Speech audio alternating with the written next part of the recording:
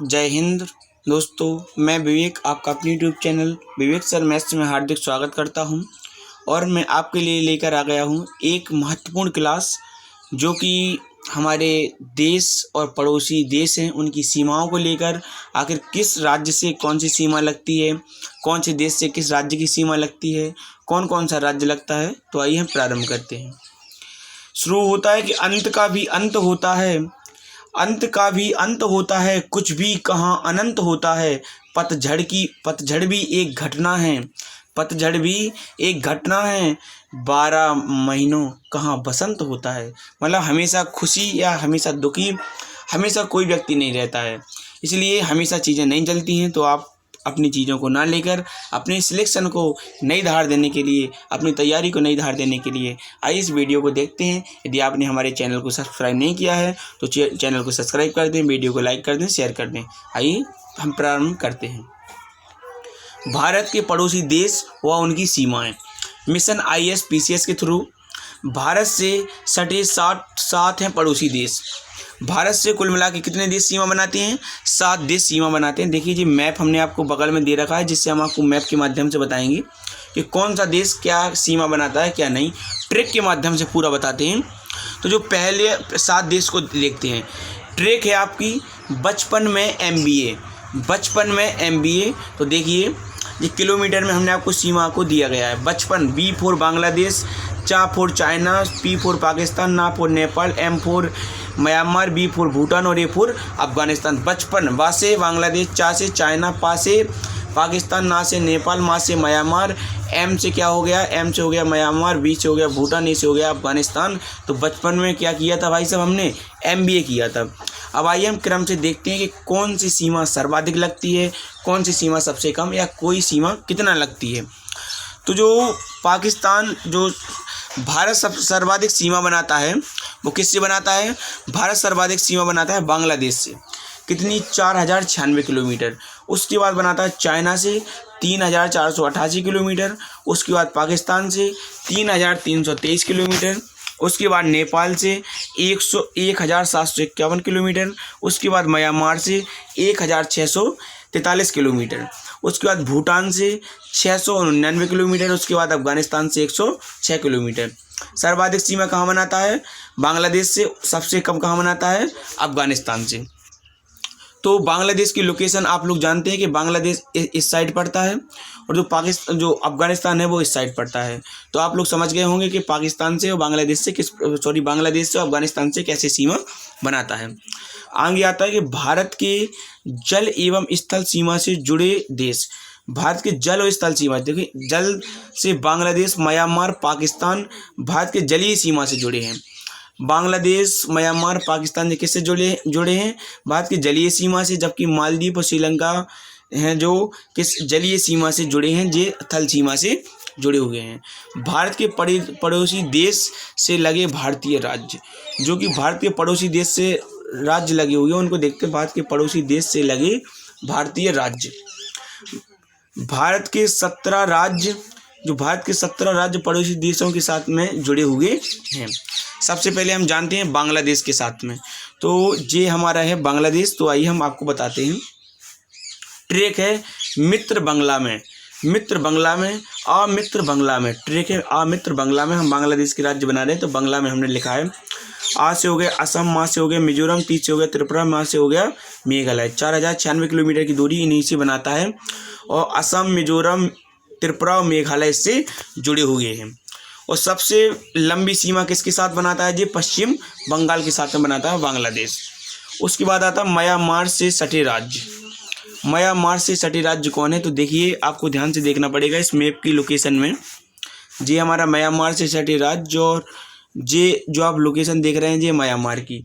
मणिपुर, मिजोरम, अरुणाचल प्रदेश, नागालैंड किससे हैं? म्यांमार से। कुल 1643 किलोमीटर की सीमा है। सबसे लंबी सीमा मिजोरम के साथ में बनाता है म्यांमार। वो किससे बनाता था? बांग्लादेश, पश्चिम बंगाल के साथ में सबसे लंबी सीमा बनाता था। अगला क्वेश्चन आता है कि भूटान से सटे भारतीय राज्य। जो भूटान के साथ में हमारे राज्य सटे हुए हैं उनकी ट्रैक है आशिक आप भूटान के। आशिक ऑफ भूटान के। आ से हो गया अरुणाचल प्रदेश, सा से हो गया सिक्किम, आ से हो गया असम और पा से हो गया पश्चिम बंगाल। अगला आता है कि कुल लंबाई 699 किलोमीटर है और सबसे लंबी सीमा किससे बनाता है? असम। कोई पूछे कि असम क्या है, तो असम में सबसे बड़ा द्वीप है जिसका नाम है माजुली द्वीप, जो कि ब्रह्मपुत्र नदी में है। अगला आता है पाकिस्तान से सटे राज्य, पंगू राज्य। पा से हो गया पंजाब, गू से हो गया गुजरात, रा से हो गया राजस्थान और जा से हो गया जम्मू कश्मीर। जब अब एक यूनियन टेरिटरीज बन गया पाकिस्तान की लोकेशन कहाँ पर है? यहाँ पर है। पा से पंजाब, गा से गुजरात, राजस्थान और जा से जम्मू कश्मीर। 3323 किलोमीटर के साथ में सीमा बनाता है, जो कि राजस्थान सर्वाधिक सीमा बनाता है। अगला आता है नेपाल से सटे राज्य। तो जो नेपाल से भारतीय सटे हुए राज्य में है यूपी 20 खंड। यू से हो गया उत्तर प्रदेश, 20 से हो गया पश्चिम बंगाल, बिहार, सिक्किम और उत्तराखंड। 1751 किलोमीटर की सीमा बनाता है। सबसे लंबी सीमा किसके साथ में बनाता है? बिहार के साथ में नेपाल सीमा बनाता है। अगला आता है चीन से सटे भारतीय राज्य। तो चीन से कौन कौन से भारतीय राज्य सटे हुए हैं? ऊषा लद्दाख गई, ऊषा लद्दाख गई। ऊ से हो गया उत्तराखंड, सी से हो गया सिक्किम, ही से हो गया हिमाचल प्रदेश, एस से और ए से हो गया अरुणाचल प्रदेश और लद्दाख। ऊषा कहाँ गई? लद्दाख गई। उत्तराखंड, एस से सिक्किम, एस से हिमाचल प्रदेश, आ से अरुणाचल प्रदेश और ला से लद्दाख। अगला आता है 3448 किलोमीटर। 3048 किलोमीटर के साथ में सीमा बनाता है। लद्दाख सर्वाधिक सीमा बनाता है किससे? चाइना से। किससे सीमा बनाता है? चाइना से। अगला आता है अफगानिस्तान से सटे भारतीय राज्य। अफगानिस्तान से सटे भारतीय राज्य। तो जो अफगानिस्तान से भारतीय राज्य सटे हुए हैं, आइए हम उनको देखते हैं। एकमात्र राज्य नहीं जो है वो है केंद्र शासित प्रदेश, जिसका नाम क्या है? लद्दाख। जी कहाँ पर पड़ता है? यहाँ पर जो पड़ता है, यहीं से 106 किलोमीटर की सीमा बनाता है लद्दाख के साथ में, जो कि सबसे कम सीमा बनाता है। अगला आता है जो भारत की प्रमुख रेखाएं हैं जिनसे भारत जुड़ा हुआ है, हम उनको देखते हैं। सबसे आता है रेड क्लिफ रेखा। तो यह रेखा भारत और पाकिस्तान को अलग करती है। इस रेखा का निर्धारण सर साइरिल रेडक्लिफ द्वारा 1947 में किया गया था। जो सर साइरिल रेडक्लिफ थे उनके द्वारा इस सीमा रेखा को खींचा गया था 1947 में।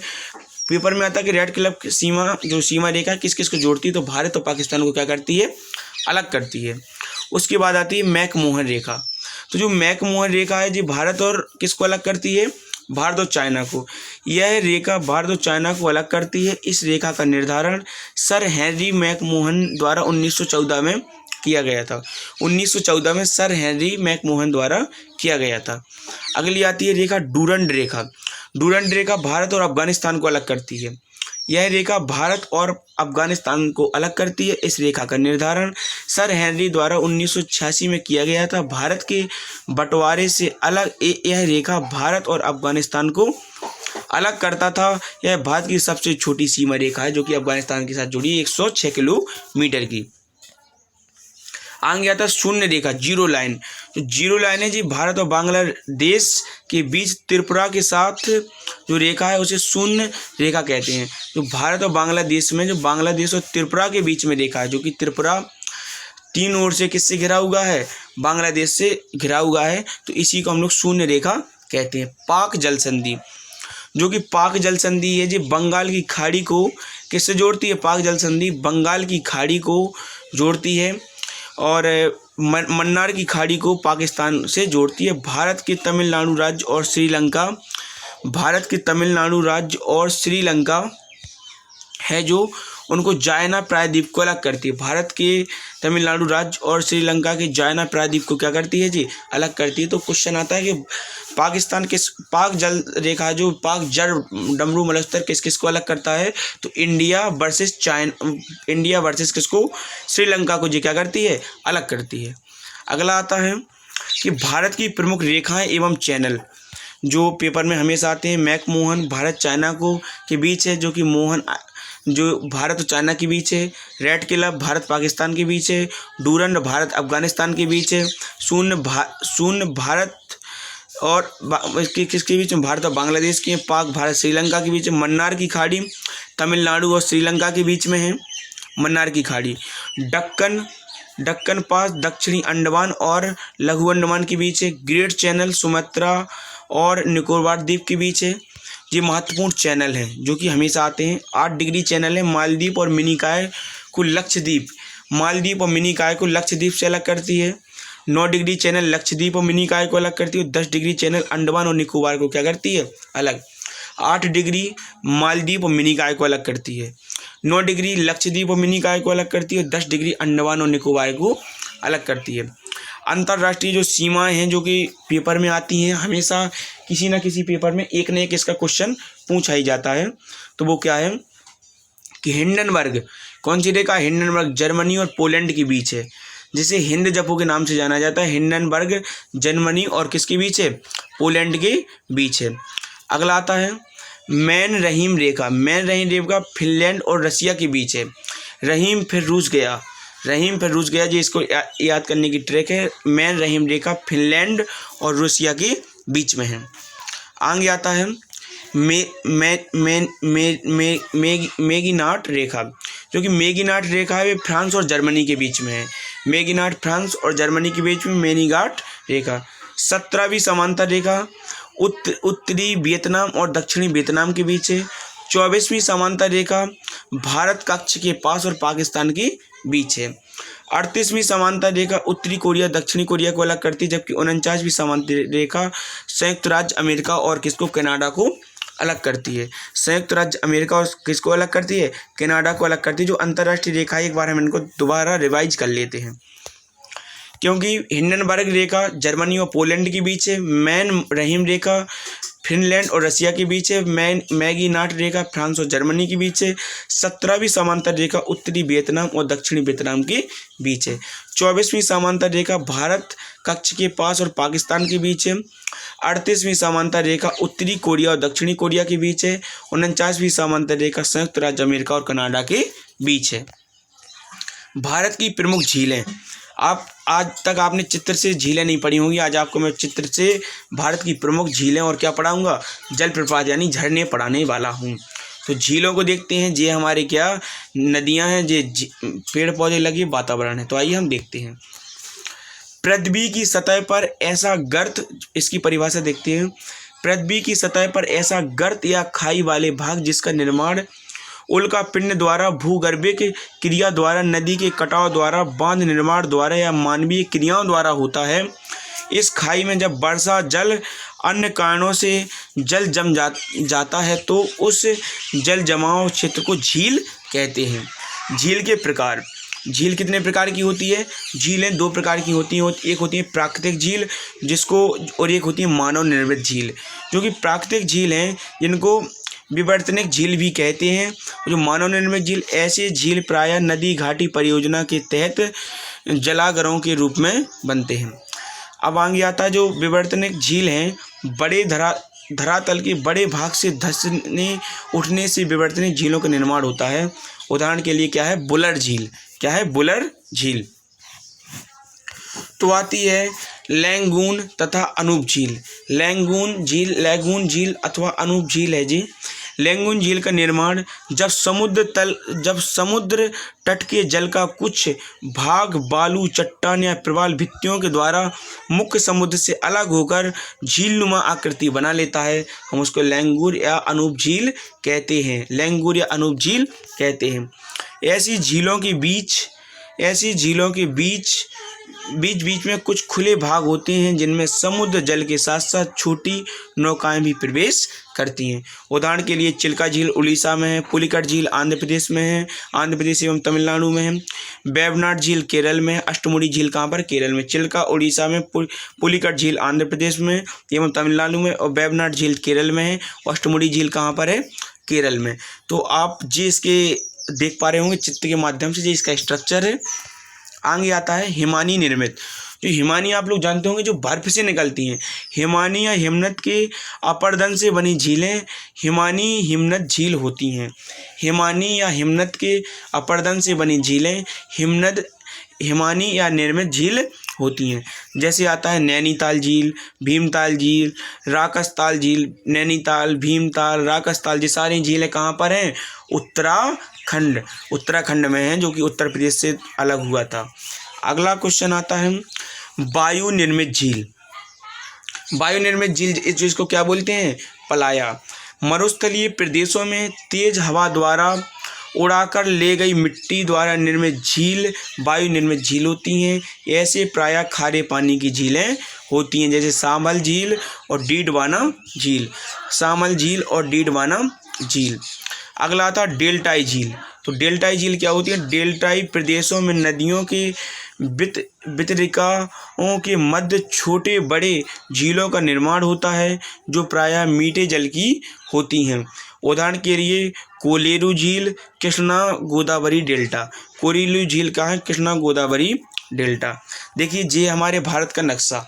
अब हम इस नक्शे के माध्यम से आपको एक एक झील बड़ी ही विस्तार से बता रहे हैं। तो देखिए, पहली आती बुलर झील। आप लोग देख पा रहे होंगे, बुलर झील जम्मू कश्मीर के आसपास पड़ रही है। और देखिए, हम आपको थोड़ी सा अच्छे से डिटेल से बता रहे हैं, जिससे आप लोग इसको समझ पाएंगे। तो जो ये वाला एरिया है, ये कहाँ पर पड़ता है? ये है जम्मू कश्मीर वाला। तो जम्मू कश्मीर में क्या पड़ती है? बुलर झील। आगे आती है, ये क्या है? सांभल झील कहाँ पर पड़ती है? राजस्थान। सांभल झील कहाँ पर पड़ती है? राजस्थान में। ये है महाराष्ट्र वाला एरिया। महाराष्ट्र में क्या पड़ती है? लोनार झील। बुलर झील और डल झील कहाँ पर पड़ती हैं? जम्मू कश्मीर में। चोमालू झील। चोमालू झील आप लोग देख पा रहे हैं, यहाँ क्या है? चोमालू झील। लोकटक झील कहाँ पर है? मणिपुर में। लोकटक झील कहाँ पर है? मणिपुर में, जहाँ पर संगाई हिरण। और लोकटक झील में ही काबुल लामजाओ नेशनल पार्क भी कहाँ पर है? लोकटक झील में। चिल्का झील कहाँ पर है? उड़ीसा में। ये वाला आप पार्ट देख पा रहे होंगे, ये कहाँ पर है? उड़ीसा, चिल्का झील है। और कोलेरू झील आप हमें कमेंट करके बताइएगा कि आखिर कोलेरू झील कहाँ पर है। कमेंट करके बताइएगा कि कोलेरू झील कहाँ पर है। आप कमेंट करके हमें बताइएगा। आइए, हमने मुख्य प्रश्नों को और छांटा है। मीठे पानी की सबसे बड़ी झील। मीठे पानी की सबसे बड़ी झील कहाँ पर है? तो बुलर झील जम्मू कश्मीर में है। मीठे पानी की सबसे बड़ी झील कहाँ पर है? बुलर झील कहाँ पर है? जम्मू कश्मीर में। भारत की सबसे बड़ी लैगून झील चिल्का झील कहाँ पर है? उड़ीसा में है। भारत में सबसे बड़ी खारे पानी की झील कहाँ पर है? शामल झील कहाँ पर है? राजस्थान में है। भारत की सबसे ऊंची झील का नाम है चोमालू झील। कहाँ पर है? सिक्किम में है। चोमालू झील कहाँ पर है? सिक्किम में। पूर्वोत्तर भारत की सबसे बड़ी झील है लोकटक झील, जो कि कहाँ पर है? मणिपुर में है। भारत की सबसे गहरी झील कहाँ पर है? लोनार झील महाराष्ट्र में है, जिसकी कायका क्रेटर झील का उदाहरण है। दक्षिण भारत की सबसे बड़ी झील कहाँ है? कोलेरू झील कहाँ पर है? आंध्र प्रदेश में है। कहाँ पर है? आंध्र प्रदेश में। झीलों का देश किसको कहते हैं? फिनलैंड को कहते हैं। झीलों की नगरी उदयपुर राजस्थान को कहते हैं। किसको कहते हैं? उदयपुर राजस्थान को। एक बार मैंने फिर से ये मैप लगाया है ताकि आप लोग इसको समझ सकें। बुलर झील और डल झील कहाँ पर है? जम्मू कश्मीर में है। शामल झील राजस्थान में। लोनार झील कहाँ पर है?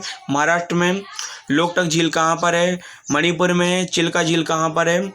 चिल्का झील आप लोग बताइएगा कहाँ पर है? उड़ीसा में है। कोलेरू झील कहाँ पर है? आप लोग कमेंट करके बताइएगा, क्योंकि हम बता चुके हैं यहाँ पर एक बार, लेकिन आपको कमेंट करके बताना है। अब आइए हम क्रम से जहाँ पर जो जो झीलें पड़ती हैं हम उनको देख लेते हैं।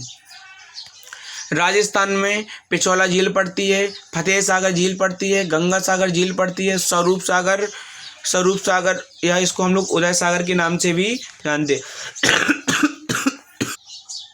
शामल झील राजस्थान में। डिडवाना, पुष्कर, ये सारी झील कहाँ पर पड़ती हैं? राजस्थान में पड़ती हैं।